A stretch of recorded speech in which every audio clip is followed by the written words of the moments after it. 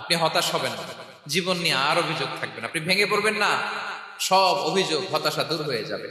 আমাদের জীবনে যত হতাশা, আমাদের জীবন নিয়ে যত অভিযোগ, আমাদের মনে যত কষ্ট, আমাদের হৃদয়ের ভেতরে যত অস্থিরতা, তার মূলে হচ্ছে এই সমস্যা যে আমরা ভুলেই গেছি আমরা পরীক্ষা দিতে আসছি। এই যে আমাদের জীবন, এই জীবনের জন্য বিপদ, আপদ, পরীক্ষা, স্ট্রাগল, এটা অনিবার্য, এটা হবেই। বিপদ নাই, কষ্ট নাই, আপদ নাই, অনিশ্চয়তা নাই, স্ট্রাগল নাই, এমন কি কেউ আছে এখানে? কেউ কি হাত তুলে বলতে পারবেন যে হুজুর আমার জীবনে কোনো বিপদ নাই, অথবা আমার জীবনে কোনো দুঃখ নাই, কষ্ট নাই, কোনো স্ট্রাগল নাই, কোনো রিস্ক নাই? এরকম সৌভাগ্যবান কেউ আছেন এখানে? তাহলে জীবনের জন্য পরীক্ষা, এটা অনস্বীকার্য, হবেই হবে পরীক্ষা। পৃথিবীর জীবনটাই এমন, এভাবেই এই লাইফকে ডিজাইন করা হয়েছে। পরীক্ষা থাকবে, এখানে বিপদ থাকবে, এগুলো উত্তীর্ণ হয়ে আপনাকে যেতে হবে। চির সুখ চির শান্তি এটাই পৃথিবীতে হয় না। চির সুখ এবং চির শান্তির জায়গা হচ্ছে জান্নাত। চির সুখ এবং চির শান্তি কোথায়? এটা জান্নাতের বৈশিষ্ট্য। চির সুখ চির শান্তি, টেনশন নাই, ঝামেলা নাই, পরীক্ষা নাই, বিপদ নাই, রিস্ক নাই, স্ট্রাগল নাই, এটা হচ্ছে দ্য ফিচার্স অফ জান্নাত, জান্নাতের ফিচার। কিন্তু সমস্যা বাদে তখন যখন জান্নাতের ফিচার আমরা দুনিয়ায় খুঁজি, যেটা পাবো আমরা জান্নাতে, এটা খুঁজি কোথায়? এই তখনই সমস্যা বাদে। And this is the main problem. এটাই বড় সমস্যা। এই সমস্যার সমাধান কোথায়, এটা নিয়ে আজকে আমি কিছু কথা অ্যাড্রেস করবো ইনশাআল্লাহ। তো তাহলে আসুন শুনি জান্নাতের ফিচার কি। জান্নাতের কমন একটা ফিচার হচ্ছে জান্নাতে there will be no sickness in paradise. জান্নাতে কোনো অসুস্থতা থাকবে না, চিরসুস্থ। সুবহানাল্লাহ পড়ে। চিরসুস্থ চির সবল, কেউ অসুস্থ হবে না জান্নাতে। জান্নাত হবে এন্টি এইজিং, জান্নাতে বয়স বাড়বে না কারো, চির যৌবনা, চির যুবক, এন্টি এজিং। আপনারা জানেন যে বর্তমান পৃথিবীতে এন্টি এজিং ক্রিম পাওয়া যায় না? ক্রিম, কথা বুঝতেছেন? এন্টি এজিং ক্রিম পাওয়া যায়। তারা বলে এই ক্রিম মাখলে চামড়ায় ভাঁজ পড়ে না। এটার দাম দাম আছে কিন্তু অনেক। এন্টি এজিং ক্রিম লাগায়, শ্যাম্পু ইউজ করে, এন্টি এজিং অয়েল আছে, এটা দিলে নাকি চামড়ায় ভাঁজ পড়ে। ইভেন ভারতের অনেক বড় একজন ব্যবসায়ী মুকেশ আম্বানি, নাম শুনছেন না? যে তার ছেলের বিয়ে হয়ে গেল। তো এই মুকেশ আম্বানির স্ত্রী নীতা আম্বানি, সে কিছুদিন আগে এক বটল গোল্ড ওয়াটার খেয়েছে, gold water, and its cost $60,000। $60,000 দাম এক বোতল গোল্ড ওয়াটারের। কেন? ফর অ্যান্টি এজিং, যাতে বয়সের ছাপ গালে না থাকে। এখন বলেন, এভাবে কি আমাদের বয়সকে ধরে রাখা সম্ভব এই পৃথিবীতে?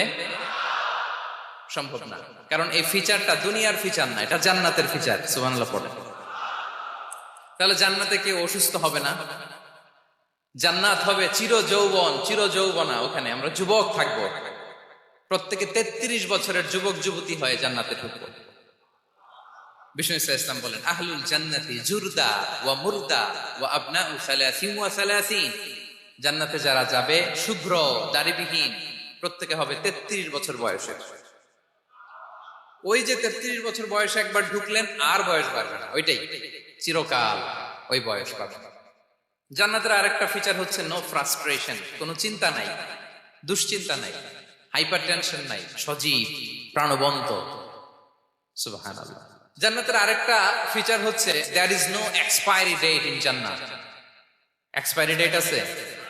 জান্নাতে যে ঢুকবো 7 দিনের জন্য চেক ইন, নাকি? চেক ইন কয় দিনের জন্য? 7 দিন, 10 দিন পরে চেক আউট করে ফেলবে, এরকম? নো এক্সপায়ারি ডেট, আজীবন। একবার এন্ট্রি পেলে বের হওয়ার টেনশন নাই। আল্লাহু আকবার।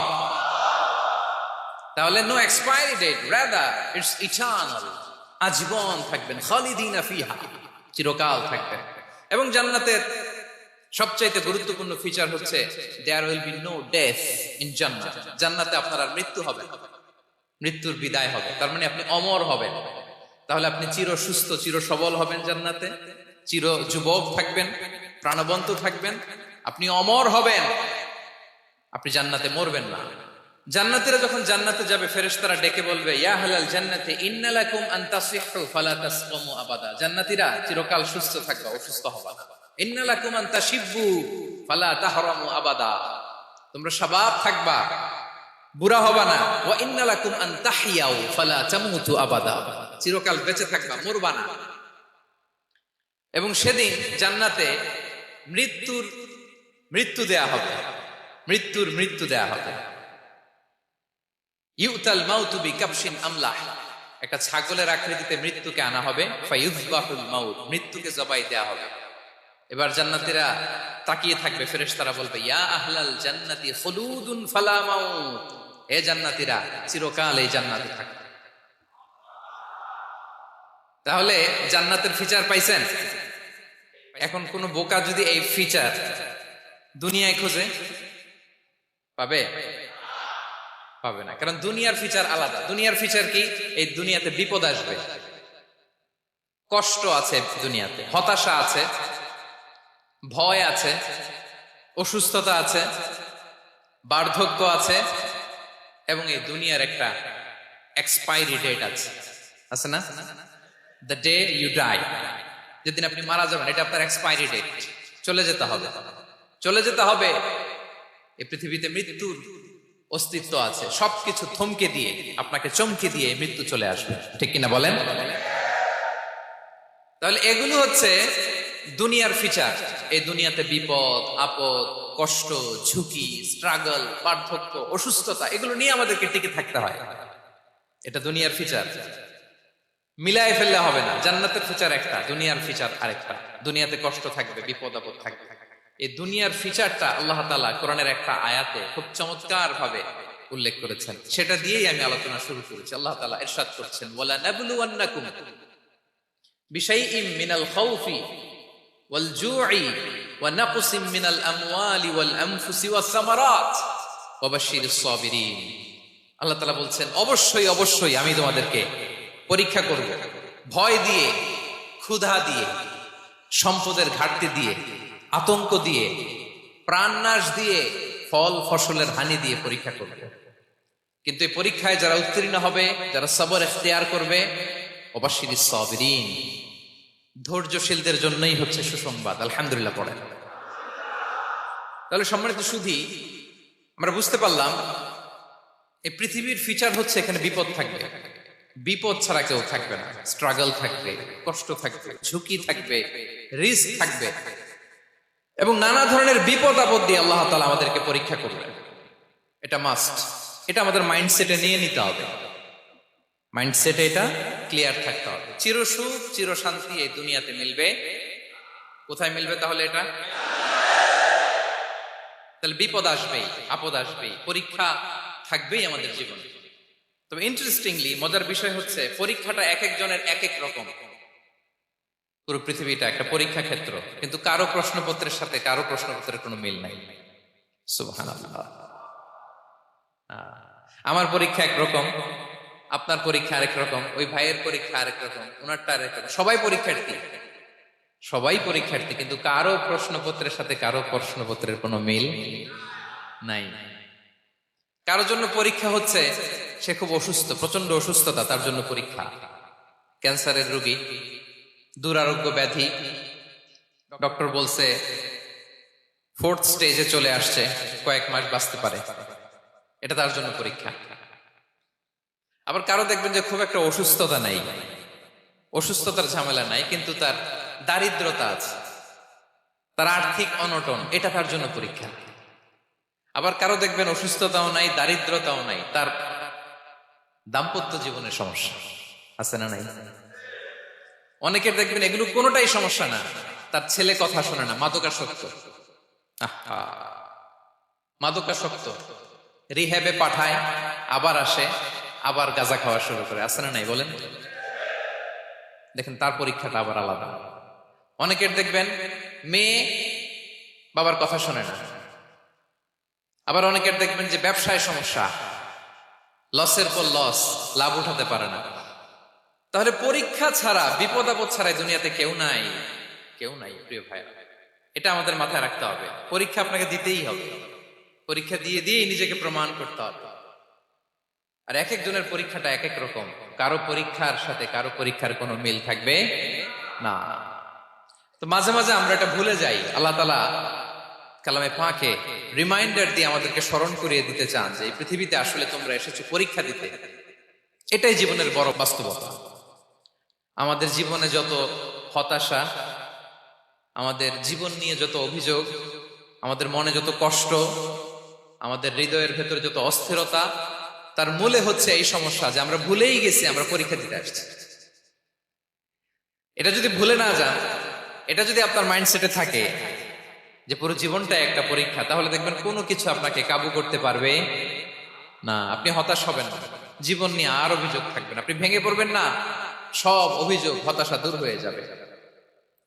তারপরে বুঝতে পারলাম পরীক্ষা আপনাকে দিতেই হবে। পরীক্ষা দেয়া ছাড়া এই পৃথিবী থেকে চলে যাওয়ার কোনো চান্স বা সুযোগ আমাদের কারো নেই। সূরাতুল আনকাবুতে আল্লাহ তাআলা এই কথাটা আরো চমৎকার ভাবে বলেছেন। আল্লাহ তাআলা ইরশাদ করছেন, আহাসিবান নাসু আইয়ুতরাকু আইয়াকুলু আমান্না ওয়া হুম লা ইফতানুন ওয়ালাকাদ ফাতান্নাল্লাযীনা মিন ক্বাবলিহিম ফালা ইয়া'লামান্নাল্লাহুল্লাযীনা সাদাকু ওয়ালা ইয়া'লামান্নাল কাযিবিন। আল্লাহ বলেন, মানুষ কি ভেবেছে সে শুধু বলবে আমি ঈমানদার আর তাকে আমি জান্নাতে ঢুকাই দিব? না, কখনো না, কোশ্চিন কালেও না। বরং পূর্ববর্তী কালে যারা পৃথিবীতে এসেছিল তাদেরকে আমি পরীক্ষা নিয়েছি, পরীক্ষা করেছি, এবং তাকেও ঈমানের প্রশ্নে সে সত্যবাদী না মিথ্যাবাদী পরীক্ষা দিয়ে দিয়ে নিজেকে প্রমাণ করতে হবে। ঠিক কিনা বলেন? পরীক্ষা দিয়ে আপনাকে প্রমাণ করতে হবে। এবং এই পরীক্ষার ব্যাপারটা, এটা যে শুধু আমরা সাধারণ মানুষ আমাদের জীবনে দুঃখ বিপদ পরীক্ষা এমনটা না। এই পৃথিবীর সবচেয়ে শ্রেষ্ঠ মানুষ যারা ছিলেন তাদেরকে আল্লাহ পরীক্ষা নিয়েছেন। বলেন তো এই পৃথিবীতে সবচাইতে শ্রেষ্ঠতম মানুষ কারা? সবচাইতে শ্রেষ্ঠ ভালো মানুষ কারা ছিল পৃথিবীতে? বলেন তো নবীরা। আওয়াজ করে বলেন তো কারা? তো বলেন তো নবীদের জীবনে পরীক্ষা ছিল কি ছিল না? হ্যাঁ ছিল। বেশি না কম? বিষ্ণু ইসলামকে জিজ্ঞাসা করা হলো, আইয়ুন নাসি আশাদ্দু বালাআন ইয়া রাসূলুল্লাহ, হে আল্লাহর রাসূল এই পৃথিবীতে কাদের জীবনে পরীক্ষা বেশি? বিষ্ণু ইসলাম বললেন, আল আম্বিয়া, নবীদের জীবন। আল আম্বিয়া সুম্মাল আমসাল ফাল আমসাল, সবচাইতে জীবনে পরীক্ষার সম্মুখীন সবচাইতে বেশি হয়েছেন নবীরা। তারপরে নবীদের পরবর্তী অবস্থান যাদের, সিদ্দিকিন যারা, সোহাদা যারা, সলিহিন যারা, আল্লাহওয়ালা যারা, তাদের জীবনে পরীক্ষা বেশি। ইউবতালার রাজুলু আলা হাসাবি দীনি, ব্যক্তির দিনদারি যত বেশি তার জীবনে আল্লাহর পরীক্ষাও তত বেশি। আপনি আল্লাহওয়ালা হবেন, আপনার জীবনে পরীক্ষাও অনেক বেশি। এজন্য ইমানদার হওয়া যেমনি মর্যাদার, ইমানদারের জীবনে পরীক্ষাও হবে অনেক বেশি। এবং পরীক্ষা যত বড়, খেয়াল রাখতে হবে, মন খারাপ করার কোনো সুযোগ নেই। পরীক্ষা যার জীবনে যত বড়, সেটাতে সফল হতে পারলে ওটার প্রতিদানও বড়। পরীক্ষা যত বড়, এটাতে সাকসেস হইতে পারলে এটার রিওয়ার্ডও তত বড়। বিষ্ণু ইসলাম বলেন, ইযামুল জাযাই মা'a ইযামিল বালা, বালা যত বড় জাযাও তত বড়, প্রতিদানও তত বড়।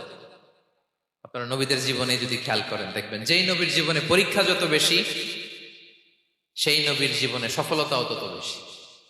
সাইয়েদনা ইব্রাহিম আলাইহিস সালামের কথাটা একটু খেয়াল করেন তো, বলেন তো ওনার জীবনে পরীক্ষা কেমন ছিল? বেশি না কম? ওনার জীবনের পরীক্ষা থেকেই তো আমরা এই শব্দটা ব্যবহার করি, আমরা বলি অগ্নি পরীক্ষা। কি বলি? মানে আগুনে নিক্ষেপ করা হয়েছে সাইয়েদনা ইব্রাহিম আলাইহিস সালামকে, তাও স্বাভাবিকভাবে না, উলঙ্গ করে, নেকেট করে ওনাকে অপমানিত করবার জন্য ওনার গায়ের জামা কাপড় খুলে উলঙ্গ অবস্থায় আল্লাহর খলিল সাইয়েদনা ইব্রাহিম আলাইহিস সালামকে অগ্নিকুণ্ডে নিক্ষেপ করা হয়েছে। এরকম এক্সপেরিয়েন্স এই অডিটোরিয়ামের ভিতরে আমাদের কখনো হয়েছে? তাইলে সাধারণ মানুষের জীবনের পরীক্ষা আর নবীদের জীবনের পরীক্ষার মধ্যে পার্থক্য আছে না নাই? ওই পরীক্ষায় উনি পাশ করে ফেললেন। ৮৬ বছর পর্যন্ত আল্লাহর কাছে দোয়া করলেন, আল্লাহ আমাকে একটা নেককার সন্তান দাও। আল্লাহ সন্তান দেয় না। ৮৬ বছর পরে আল্লাহ তাআলা সৈয়দনা ইব্রাহিম আলাইহিস সালাম এবং হাজারের ঘরকে উজালা করে সন্তান দিলেন। সৈয়দনা ইসমাঈল আলাইহিস সালাম পৃথিবীতে আসলেন কত বছর বয়সে? 86 বছর বয়সের এখানে কেউ আছেন? হ্যাঁ, আছি আমরা কেউ? নাই। 86 বছর বয়সে প্রথম সন্তান পেয়েছে। তাদের ঘরকে উজালা করে আল্লাহর নবী সাইয়েদনা ইসমাঈল আলাইহিস সালাম আসলেন। এবার আল্লাহ বললেন, যাও স্ত্রীকে আর এই কলিজার টুকরা সন্তানকে থাকো তো প্যালেস্টাইনে, প্যালেস্টাইন থেকে ১,৫০০ কিলোমিটার দূর দ্য ব্যারেন ল্যান্ড, ওই মক্কার ধুধুমরু প্রান্তরে রেখে আসো, যেখানে কেউ নাই, মানুষ নাই, গাছ নাই, পাখি নাই, পানি নাই, যাও রেখে আসো। আচ্ছা বলেন তো, ৮৬ বছর পরে যে লোকটা সন্তান পেল, বুঝে শুনে উত্তর দিয়েন, ৮৬ বছর পরে যে লোকটাকে আল্লাহ তাআলা সন্তান দিল, তার হৃদয়ে ওই সন্তানের জন্য মায়া বেশি না কম? এমনি তো আমাদের প্রথম সন্তান, আমাদের প্রথম সন্তানের হিস্ট্রিটা একটু খেয়াল করেন তো। প্রথম আমাদের যে মেয়ে হয়েছিল বা যাদের ছেলে হয়েছিল, তার প্রতি আদর, সোহাগ, দরদ, ভালোবাসা, আল্লাহ কত ছিল। আর ৮৬ বছর বয়স আল্লাহ তাআলা ওনাকে সন্তান দিলেন, দিয়ে বললেন যাও হাজারকে আর ইসমাঈলকে মক্কার ধুধুমরু প্রান্তরে রেখে আসো। আল্লাহ তাআলা বলতে দেরি, চলে যেতে দেরি নাই, মুহূর্তে উনি রওনা হয়ে গেলেন। সুবহানাল্লাহ পড়বেন না? রেখে আসলেন মক্কার ধুধুমরু প্রান্তরে। এবার আল্লাহ বললেন, যাও রিটার্ন ব্যাক টু প্যালেস্টাইন, প্যালেস্টাইনে চলে যাও। চলে গেলেন, হৃদয়টা ভেঙে খান খান। অনেক বছর পরে আল্লাহ তাআলা আবার অনুমতি দিলেন, যাও এবার ছেলেকে দেখে আসতে পারো, যাও প্যালেস্টাইন থেকে আবার মক্কায় যাও।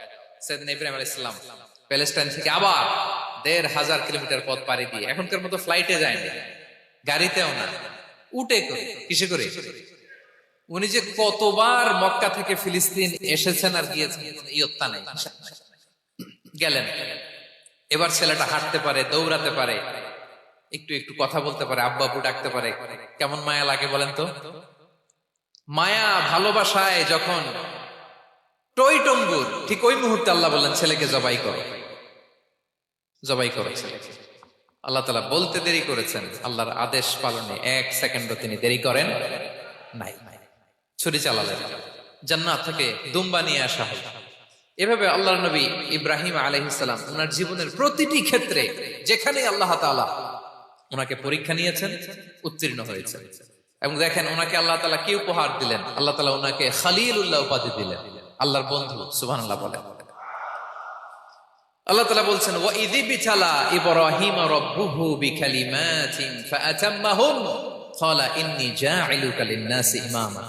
আল্লাহ অনেকগুলো পরীক্ষা নিয়েছিলেন সাইয়েদনা ইব্রাহিম আলাইহিস সালাম, প্রতিটা পরীক্ষায় সাকসেসফুলি পাস করেছেন, গোল্ডেন এ প্লাস।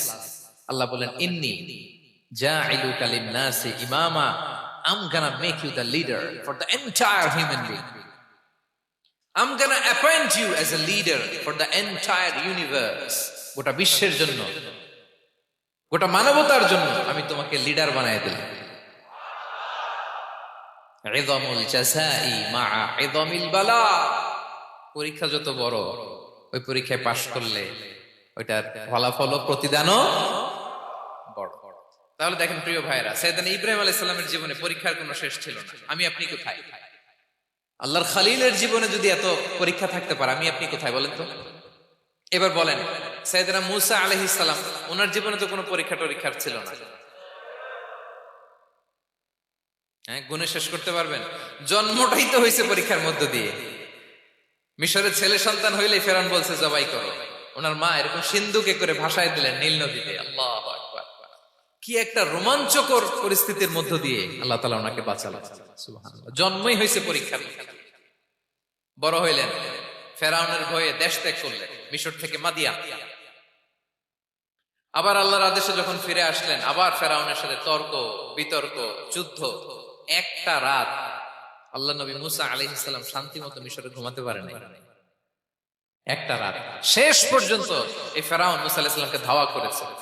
ফেরাউনের ধ্বংসের আগ পর্যন্ত সে মূসা আলাইহিস সালামকে ধাওয়া করেছে। তার মানে মূসা আলাইহিস সালাম এই বিপদ আপদ পরীক্ষা এগুলো থেকে মুক্তি পান নাই। এবার বলেন ঈসা আলাইহিস সালামের কথা, ওনার জীবনে তার পরীক্ষা ছিল না? কি পরীক্ষা ছিল? হ্যাঁ, আল্লাহু আকবার। Same scenario, goes to the biography of every messenger in the world. পৃথিবীর সব নবীর ক্ষেত্রে একই ঘটনা ঘটেছে। সাইয়েদনা ঈসা আলাইহিস সালাম দাওয়াত যখন দিলেন, ওনার বিরোধিতা শুরু হলো, ওনাকে হত্যার ষড়যন্ত্র হলো, ইভেন কি ওনাকে মারার জন্য বনি ইসরাইলেরা উদ্ধত হলো, জানে বাঁচবার জন্য পালালেন, এক ঘরে ঢুকলেন, চারদিক দিয়ে ঘেরাও করলো, উনি দরজা জানালা লাগাই দিলেন। ওরা বললো একজন দরজা ভেঙে জানালা ভেঙে ভিতরে ঢুকো, ঢুকে দেখো বেটা ঈসা কি করে। একজন ভিতরে ঢুকছে, ঢুকার সাথে সাথে বল রাফাআহুল্লাহু ইলাইহি, আল্লাহ তাআলা ঈসা আলাইহিস সালামকে উপরে উঠায় নিলেন। আর যেই লোকটাকে তারা ভিতরে ঢুকালো তার চেহারাকে আল্লাহ তাআলা ঈসা আলাইহিস সালামের চেহারার মতো করে দিলেন। এবার তার বাইরের সাথীরা বলে ঘটনা কি, বেটা ঈসাও বেরোয় না, আমাদের লোকটাও বেরোয় না, সবাই ঢুক। দরজা ভেঙে ভেতরে ঢুকে দেখে ঈসা দাঁড়ায় আছে।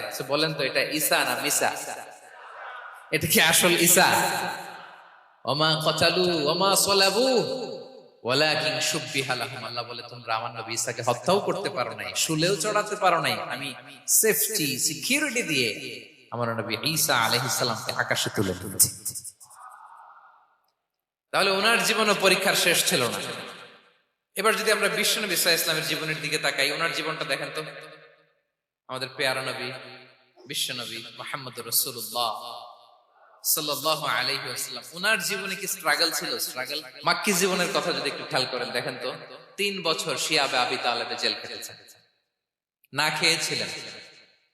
ওনার বংশের লোকেরা প্রথমে ছাগল খেয়েছে, ছাগলগুলো যখন শেষ, ছাগলের চামড়াগুলো শুকিয়ে ওইটা খাইছে। গাছের পাতা ছাল এগুলো খেয়ে খাবারের অভাবে বেহুশ হয়ে পড়ে থাকতো তারা।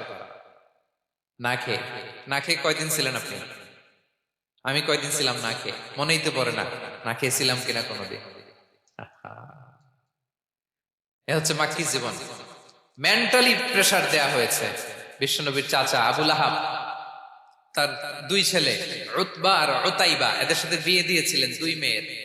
যখন দাওয়াত দেওয়া শুরু করলেন 2 মেয়েকে ডিভোর্স দিয়ে দিল। দেখেন একটা বাবার জন্য প্রাপ্তবয়স্কা মেয়েকে যখন উঠায় নেয়ার আগে ডিভোর্স দেয়, তার মানসিক অবস্থাটা কেমন থাকে বলে? মেন্টালি প্রেসারাইজ করা হয়েছে, ফিজিক্যালি হ্যারাস করা হয়েছে। বিষ্ণু ইসলাম যখন নামাজে দাঁড়াতেন, উটের পচা নারী ভুড়ি বিষ্ণুবীর কাঁধে চাপিয়ে দেওয়া হতো।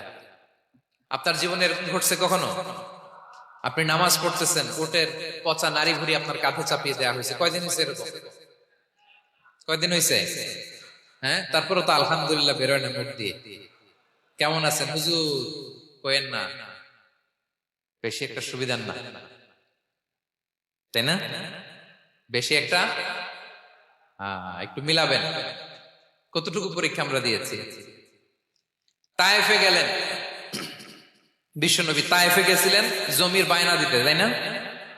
জমি কিনবে তায়েফে। তায়েফবাসীদেরকে জাহান্নামের আগুন থেকে বাঁচাতে গিয়েছিলেন, নিজের জন্য না। সেখানে তায়েফের ছেলেরা পাথর মেরেছে বিষ্ণু ইসলামের গায়ে। এত শুভ্র দেহ ছিল, চেহারা ছিল, বিষ্ণুবীর গা দিয়ে ঝরঝর করে রক্ত ঝরেছে। ফিজিক্যাল হ্যারাসমেন্টের শিকার হয়েছেন বিষ্ণু ইসলাম। যখন যেদিন বিষ্ণু ইসলামকে হত্যার ষড়যন্ত্র করা হলো, আল্লাহ তাআলার আদেশে তিনি মক্কা থেকে মদিনা হিজরত করলেন। মদিনাতে যে একটা রাত, 7ম হিজরির আগ পর্যন্ত শান্তিতে ঘুমাতে পারেন না। 3 দিকে 3 ইহুদি বসতি, বনু কাইনুকা, বনু নদীর, বনু কুরাইজা। খাওয়ার মধ্যে বিষ মিশিয়ে দেয়া হয়েছিল বিষ্ণু ইসলামের। বাজুর, খাসির বাজুর রান পছন্দ করতেন। এক ইহুদি মহিলা বিষ্ণু ইসলামের ওই রানের মধ্যে বিষ মিশিয়ে দিয়েছিল। ওই বিষের যন্ত্রণায় মৃত্যুর আগ পর্যন্ত বিষ্ণুনবী কাতরাতেন, এবং উনি ইন্তেকালের সময় ওই বিষের ব্যথা যন্ত্রণাতে ইন্তেকাল করেছেন। বিষ্ণুনবীর ইন্তেকালটা শাহাদাতের ইন্তেকাল ছিল। বিষ্ণু ইসলাম বলেছেন, ওই যে খায়বার এলাকার ওই মহিলা যে আমার খাবারে বিষ মিশিয়েছিল, সেই বিষের যন্ত্রণা, বেদনা, কষ্ট আমি অনুভব করছি। খেয়ে না খেয়ে দিন প্রচারের কাজে নিজেকে দিয়েছ বিলিয়ে, তায়েফের কাফিরেরা চিনল না সে আলো, দুষ্ট ছেলেদের পিছু দিল লেলিয়ে।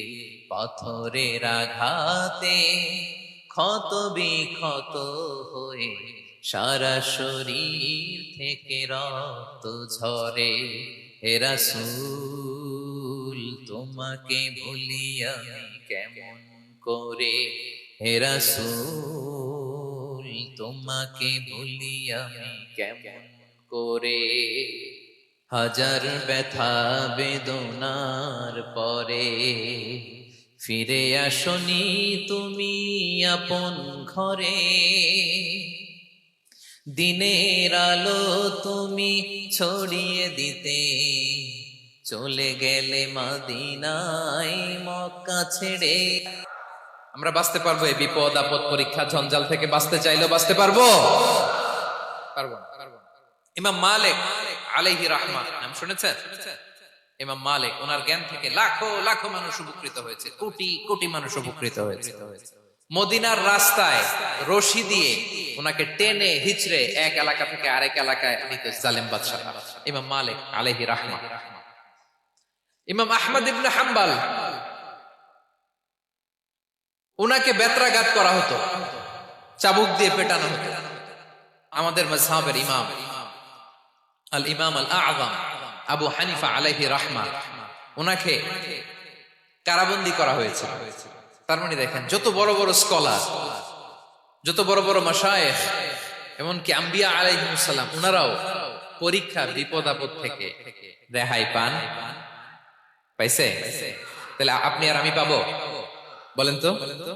তাহলে এটা আমাদের ব্রেইনে গেঁথে নিতে হবে যে জীবন মানেই এখানে বিপদ থাকবে, পরীক্ষা থাকবে, স্ট্রাগল করে করে আমাকে আগাতে হবে।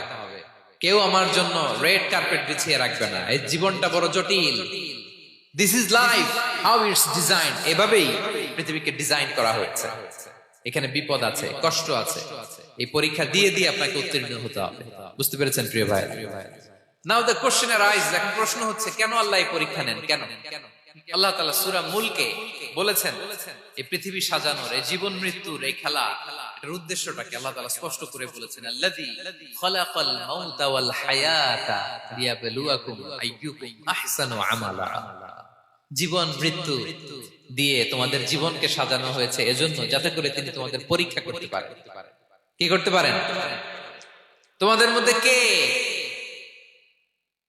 সৎকর্মে অগ্রগামী, কে কাজে ভালো, আমলে ভালো, এটা দেখার জন্য। বেসিকলি আল্লাহর দেখার প্রয়োজন নাই, আমাদেরকে দেখানোর জন্য এই পরীক্ষার আয়োজন। আমি ভালো করবো না খারাপ করবো এটা আল্লাহ জানে না? তো ওনার পরীক্ষা করা লাগে কেন? কথা বলেন। আমি জান্নাতি না জাহান্নামী এটা আল্লাহ জানেন না? বেসিকলি আমাদেরকে জানানোর জন্য এই পরীক্ষার আয়োজন। কাদেরকে জানানোর জন্য? মানে তুমি জেনে যাও তুমি জান্নাতি না জাহান্নামী। আমি ভালো করেই জানি। একটা ছোট্ট উদাহরণ দিলে বুঝতে পারবেন প্রিয় ভাইয়েরা। ধরেন আল্লাহ তাআলা দুইজনকে সৃষ্টি করলেন। উদাহরণস্বরূপ একজনের নাম আব্দুল্লাহ আর একজনের নাম আব্দুর রহমান। সৃষ্টির পরে আব্দুল্লাহকে বললেন, আব্দুল্লাহ আমি জানি তুমি পৃথিবীতে 50 বছর হায়াত পাইতা, খুব ভালো কাজ করতে, তুমি দুনিয়াতে অনেক ভালো কাজ করতে, এটা আমি আগেই জানি, আমার অসীম জ্ঞান বলে আমি আগে থেকেই জানি। তো যাও, তোমার এইমাত্র সৃষ্টি করলাম, যাও তুমি জান্নাতে ঢুকে যাও, কারণ আমি জানি তুমি জান্নাতি হবে। আচ্ছা, আর আব্দুর রহমান তুমি পৃথিবীতে খুব খারাপ কাজ করতে, এটা আমি জানতাম, তোমারে পাঠাইলে খারাপ কাজ করবা, তুমি সীমা লঙ্ঘন করবা, অন্যায় করবা, অপরাধ করবা, তুমি জাহান্নামী হবা, যাও। যেহেতু আমি জানি পরীক্ষার আর দরকার নেই, তোমারে জাহান্নাম দিয়ে দিলাম, যাও ঢুকে যাও। আব্দুল্লাহ ঠিকই জান্নাতে ঢুকে যাবে, আব্দুর রহমান কি ঢুকবে? ঢুকবে। সে বলবে, আল্লাহ এইমাত্র আমারে বানাইলেন, এইমাত্র আপনি আমাকে সৃষ্টি করলেন, সৃষ্টি করেই বলতেছেন তুমি জাহান্নামে যাও, আর বলতেছেন আমি জানি দুনিয়াতে পাঠালে তুমি খারাপ কাজ করবা, তুমি জাহান্নামী হবা, পাঠানোর আর কি দরকার, আগে থেকে জাহান্নামে যাও। আল্লাহ আপনি জানলে জানতে পারেন, আমি তো জানি না। ঠিক কিনা বলেন? সে বলবে, না আল্লাহ আপনি ভুল বলতেছেন, এই দুনিয়াতে পাঠাইলে আমি খুব ভালো কাজ করতাম, আমি সীমা লঙ্ঘন করতাম না, নামাজ পড়তাম, রোজা রাখতাম, হজ করতাম, যাকাত দিতাম, সাদাকা করতাম, চ্যারিটি করতাম, জনকল্যাণকর সব ভালো কাজগুলো আল্লাহ আমি করতাম। এজন্য আল্লাহ তাআলা পরীক্ষার আয়োজন করেছেন, যাতে করে তুমি জেনে যাও যে পৃথিবীতে তুমি কি করেছো। এখন আর আল্লাহকে এক্সকিউজ দেওয়ার সুযোগ নেই। আচ্ছা বলেন তো, আবু জাহেলকে যদি আল্লাহ এখন কিয়ামতের দিন বলে, Abu Jahl go to the hell fire, Abu জাহেলের কিছু বলার সুযোগ আছে? কারণ ও দুনিয়াতে কি করে আসছে এটাও জানে না।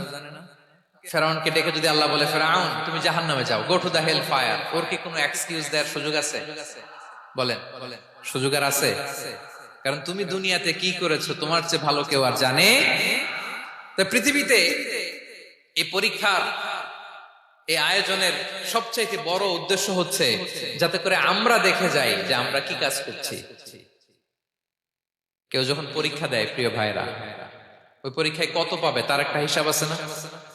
বলেন, আপনি গণিত পরীক্ষা দিয়ে আসছেন, যে 100-তে 100 পাবে সে বলতে পারে আমার সব অঙ্ক হয়েছে, ঠিক কিনা বলেন? আর যে লাড্ডু গুড্ডু বুঝছেন তো, কিছুই পারে নাই, ঘোড়ার ডিম, তারও একটা হিসাব আছে যে সে কিছুই লিখে আসতে পারে নাই। তাই পৃথিবীতে এই পরীক্ষার আয়োজনের প্রধানতম কারণ হচ্ছে যাতে করে আমরা বুঝে যেতে পারি যে আমরা কোথায় যাব, জান্নাতে না জাহান্নামে। প্রিয় সুধী, এ পর্যায়ে আমরা জানবো এই যে পরীক্ষা আল্লাহ তাআলা নিচ্ছেন আমাদেরকে, এই পরীক্ষায় সফল হওয়ার মূল মন্ত্র কি। কোরআনে বিভিন্ন আয়াতে এই পরীক্ষার কথা বলা হয়েছে এবং এই পরীক্ষার সফলতার মূল মন্ত্রও কোরআনে ঘোষিত হয়েছে। আলহামদুলিল্লাহ বলেন।